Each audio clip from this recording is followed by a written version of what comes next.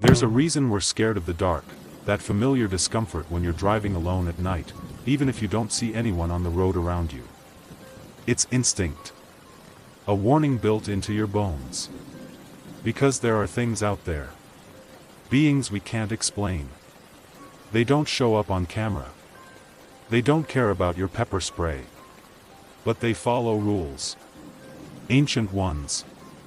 Rituals, maybe.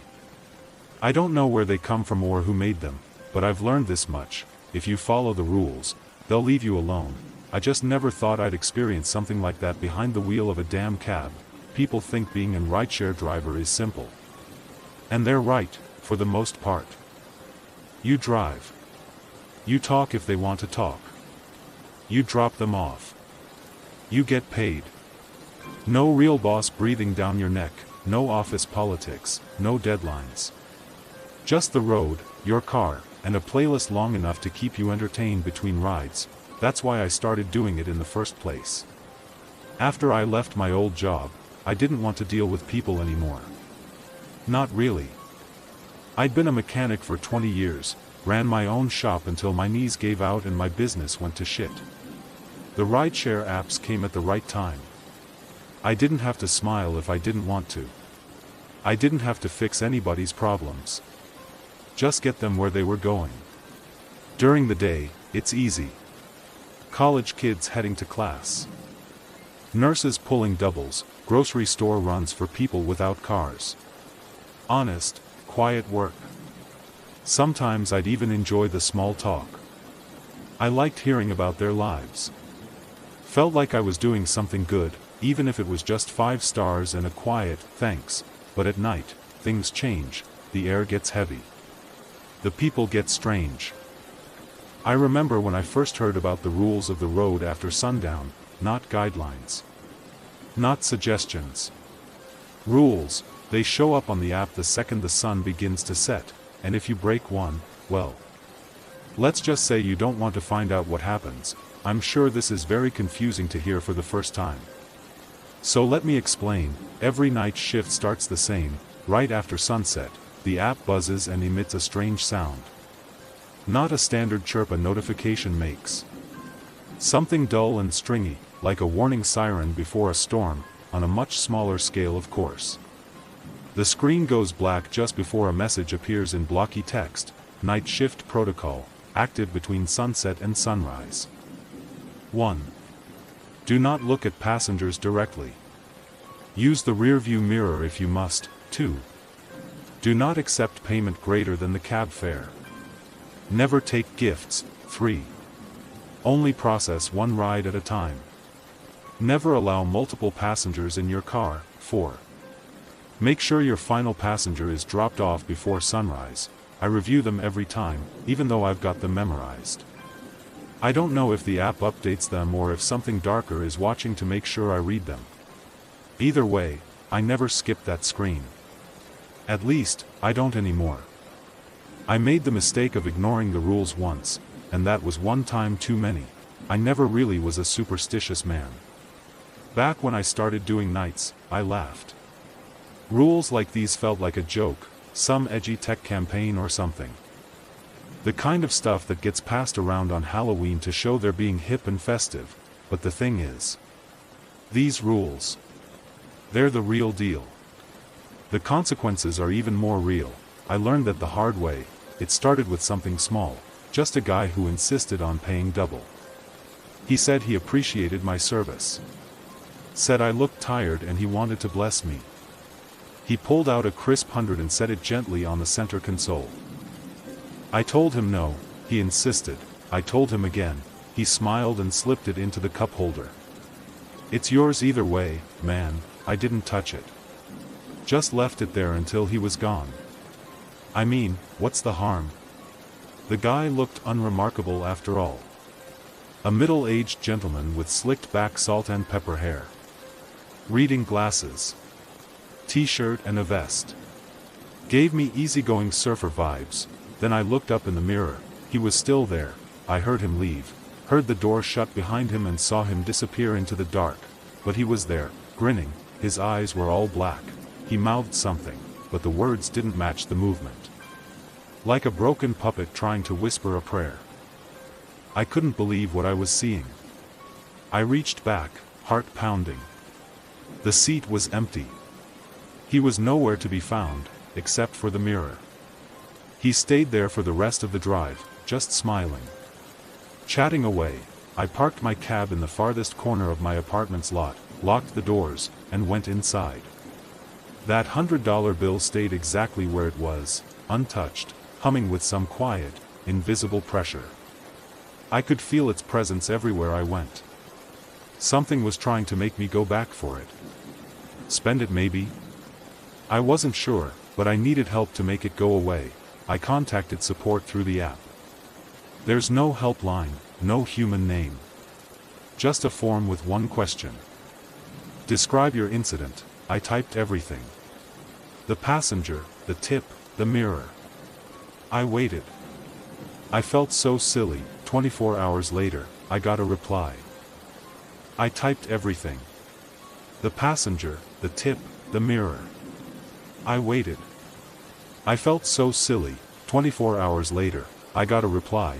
Protocol breach acknowledged. Remedial steps required before shift may resume. Burn the foreign currency. Avoid seafood for 2 full days. Thanks for contacting technical support. That was it. No apology. No explanation. Just instructions.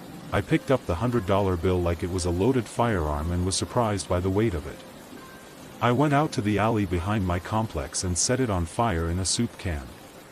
The flames hissed green for a moment, then evaporated. It didn't smell like money burning. It smelled like salt and old fish. I skipped sushi that week.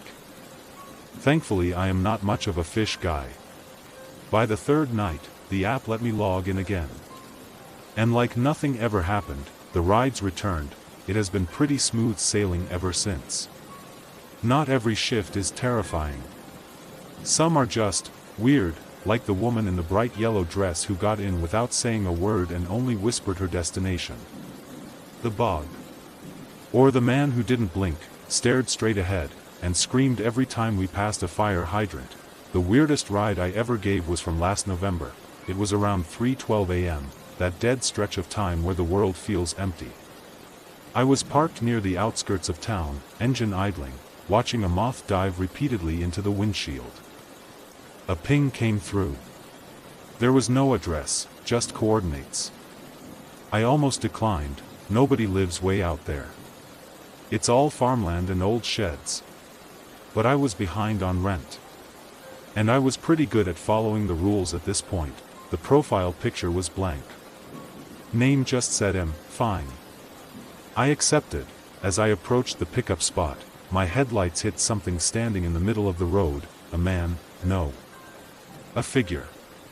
Very still. Dressed in old-fashioned clothes.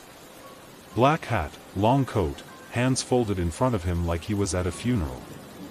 I stopped. He didn't move. I glanced at the app. The pin was directly on him. Against my better judgment, I rolled down the window a few inches. Hey, The figure nodded once. I unlocked the doors and pulled up the rules panel on the app in my phone. Same rules as always. No change. I read over the first one for good measure. Do not look at passengers directly. Use the rear-view mirror if you must. Right. He opened the back door and slid in. Didn't speak. Just sat there, the seat creaking under his weight. I pulled away from the shoulder and merged back onto the main road. The silence was suffocating. I snuck a glance into the rearview mirror. At first, I saw nothing, then the mirror fogged up. As if someone had breathed on it from the inside, I wiped away the condensation with my thumb and nearly jumped in my seat at what was revealed beneath. The figure in the back seat wasn't looking at me. It was holding something, a large postcard, pressed flat against its face like a mask. Long fingers curled around the edges, fingers with nails so long and yellow they looked rotted. Just the sight of them sent a cold wave down my spine. I leaned forward just slightly, enough to make out the writing. 2 words, scrawled across the card in what looked like red ink. Or blood, I couldn't tell. Just drive, it said. I didn't ask questions.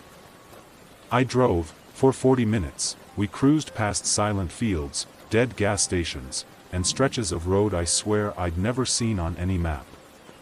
I didn't get a destination update. No timer. Just me, the road, and whatever was sitting behind me. The silence felt thicker than usual.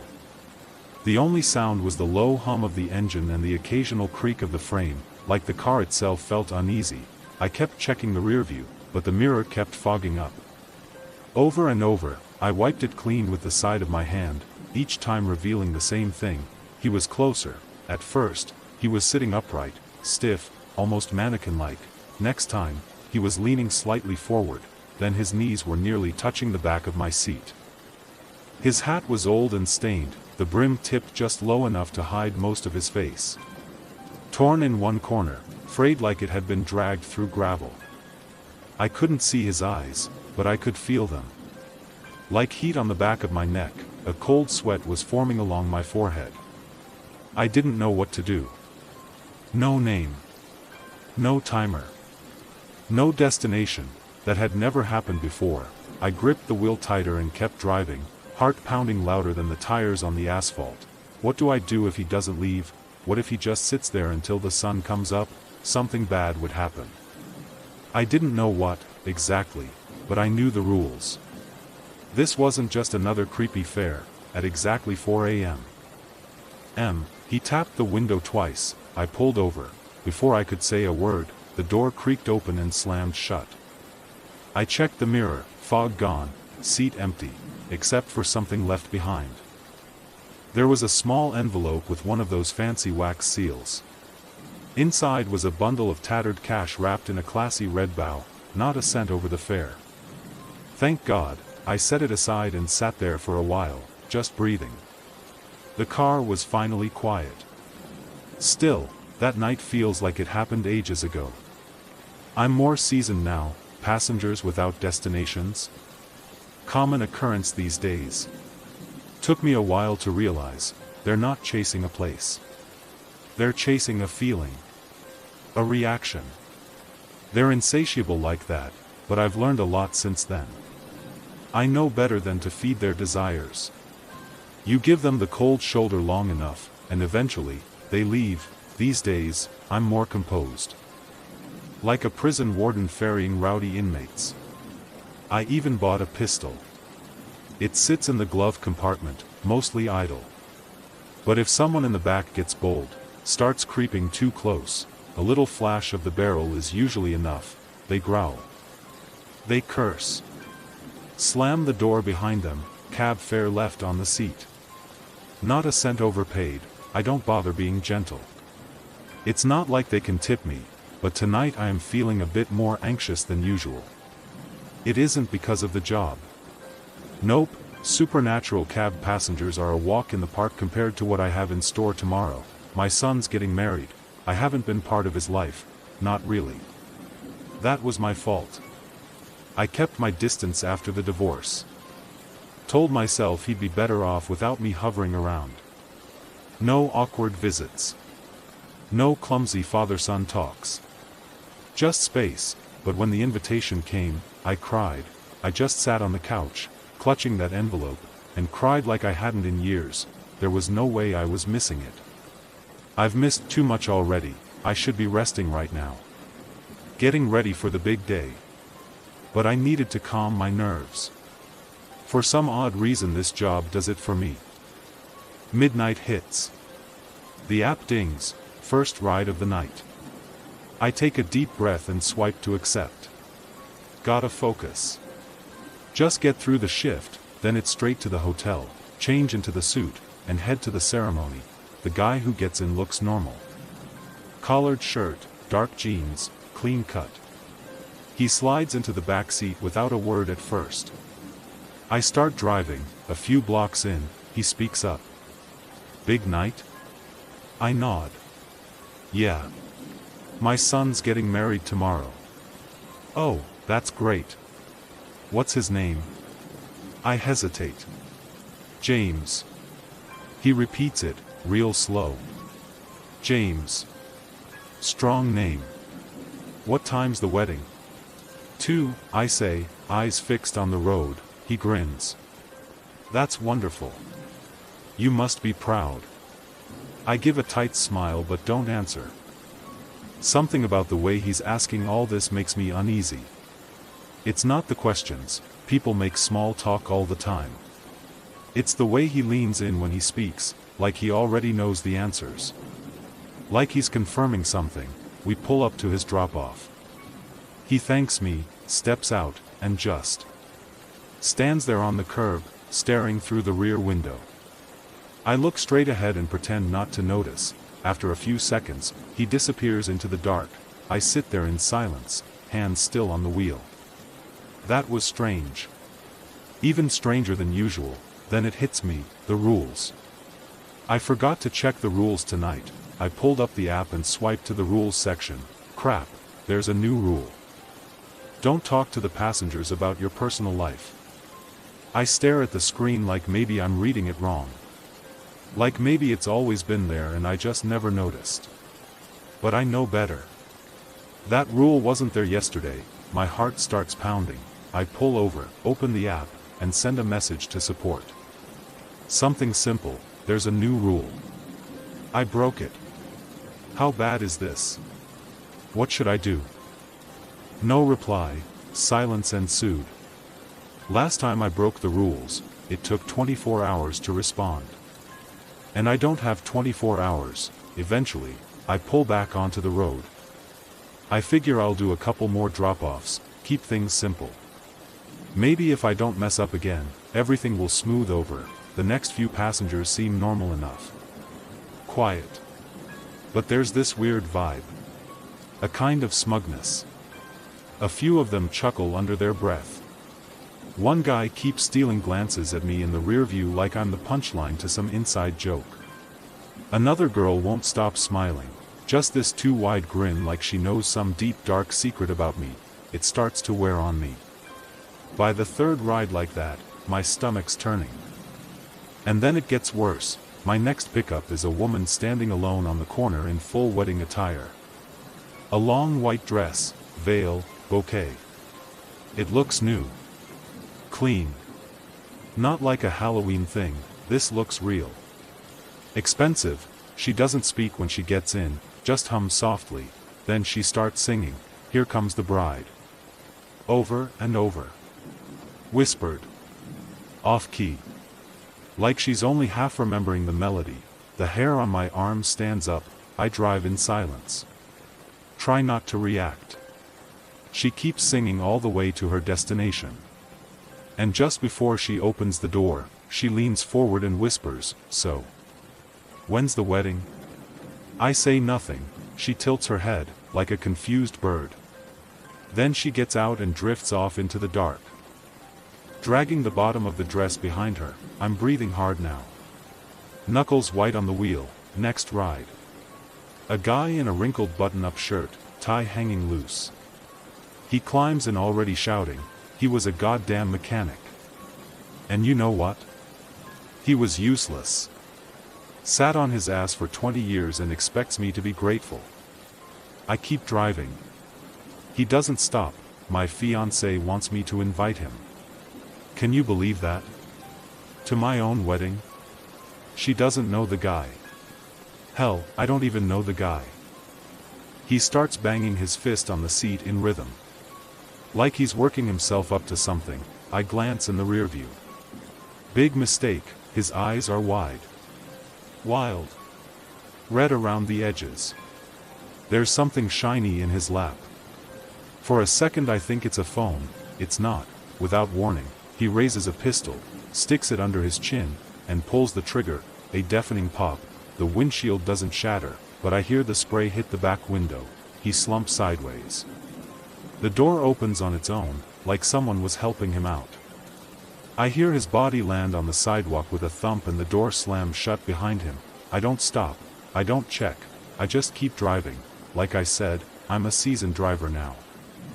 Sad to say this isn't the first time one of these loons popped themselves in the backseat to try and get me to turn around. I have bigger issues to worry about. The rule break hung heavy in my head. and I still haven't heard back from support. The next passenger looked relatively normal, clean cut. Mid-20s. Button-down shirt tucked into dark jeans. He smiled as he climbed into the back seat. Polite nod. No words. The last few rides had been unsettling to say the least. But this guy felt different. Not better. Just different.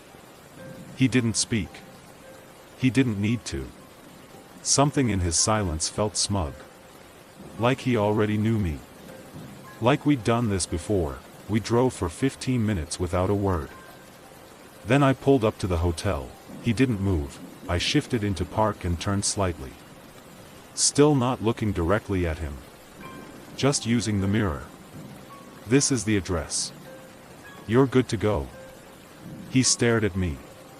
No change in expression. No acknowledgement. And then I heard it. A knock on the driver's side window. Dad? I nearly jumped out of my skin. I turned, and there he was, James, my son. In his dress shirt and slacks, standing outside the hotel, looking confused and a little nervous. The same hotel he and the groomsmen were staying at tonight. How could I forget? I forced a smile. Oh, hey, son. Just dropping someone off. You nervous for tomorrow? He squinted at me like something was off. Yeah.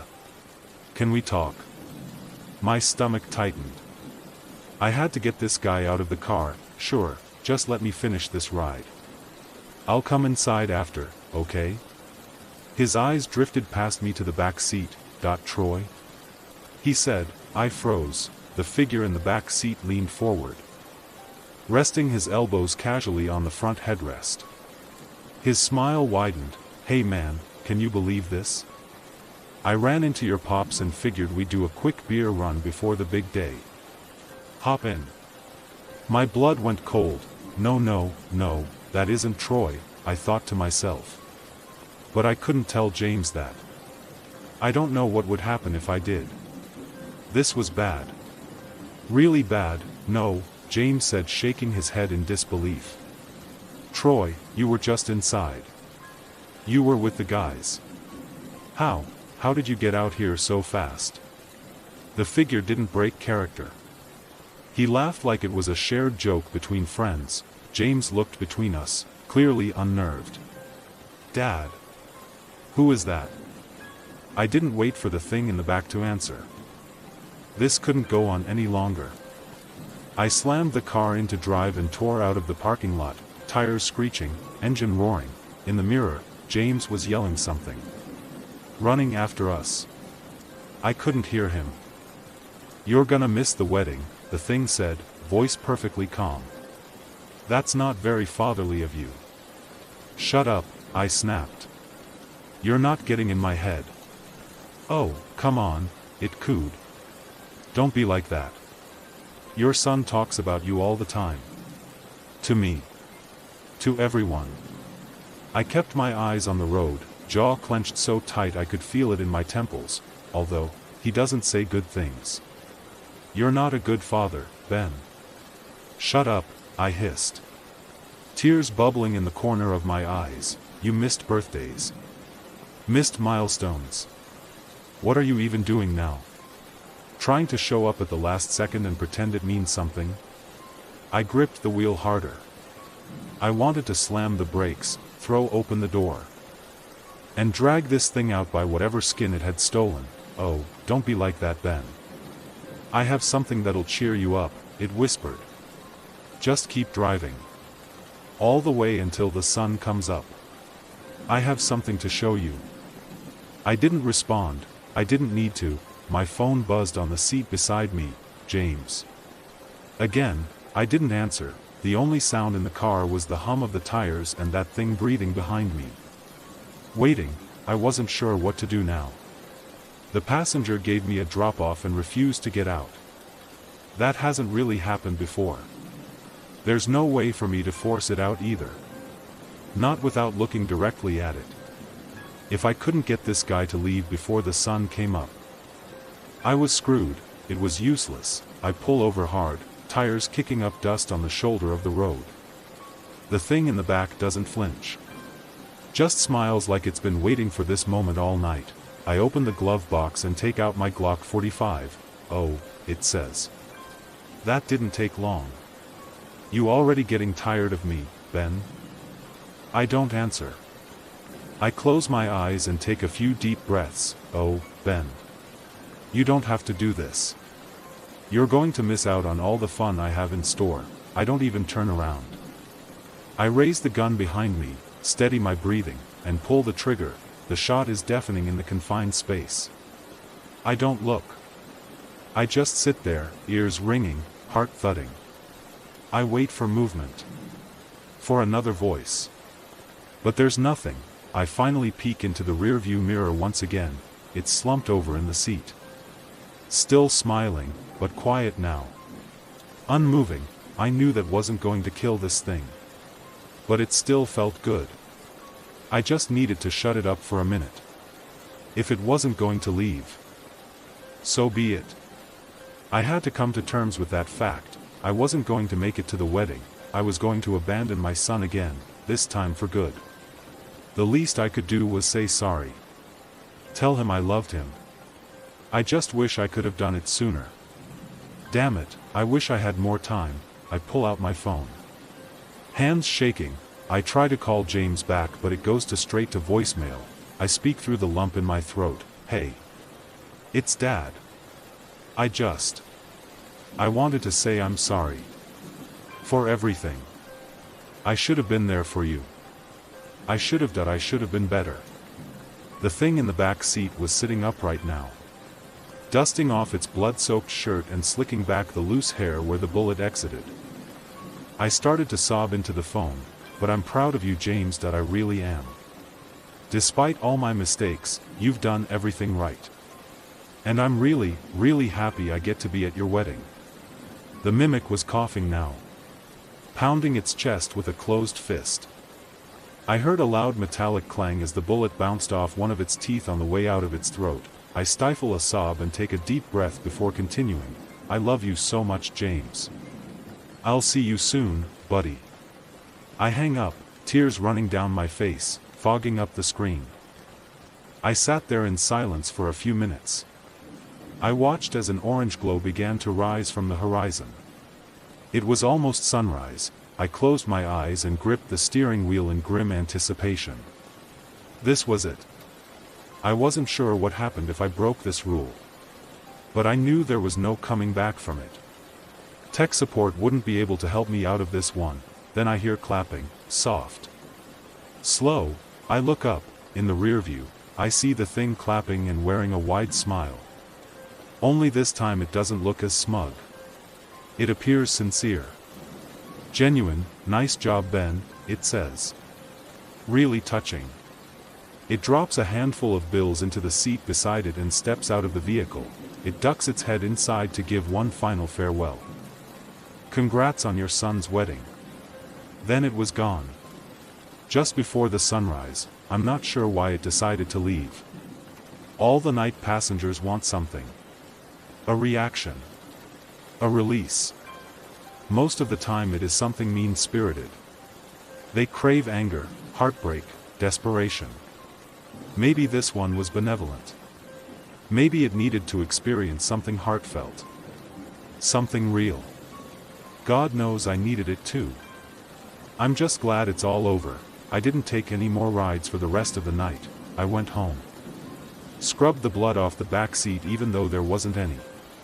Changed the air freshener even though it still smelled new. Took a long, hot shower. Put on the suit I hadn't worn in years. When I looked in the mirror, I almost didn't recognize myself. I didn't look any different. But I felt different. I wasn't ashamed of the man that looked back at me. I was going to be a new person. I knew it was too late to be a good dad. I've been away too long to fix that. But he would always be my son. And he needed to know that I was never going to abandon him again. I got in the car. Not for work. Just to drive, to the wedding, and for the first time in a long time, I felt something that almost scared me more than a lifetime of ferrying supernatural passengers: hope.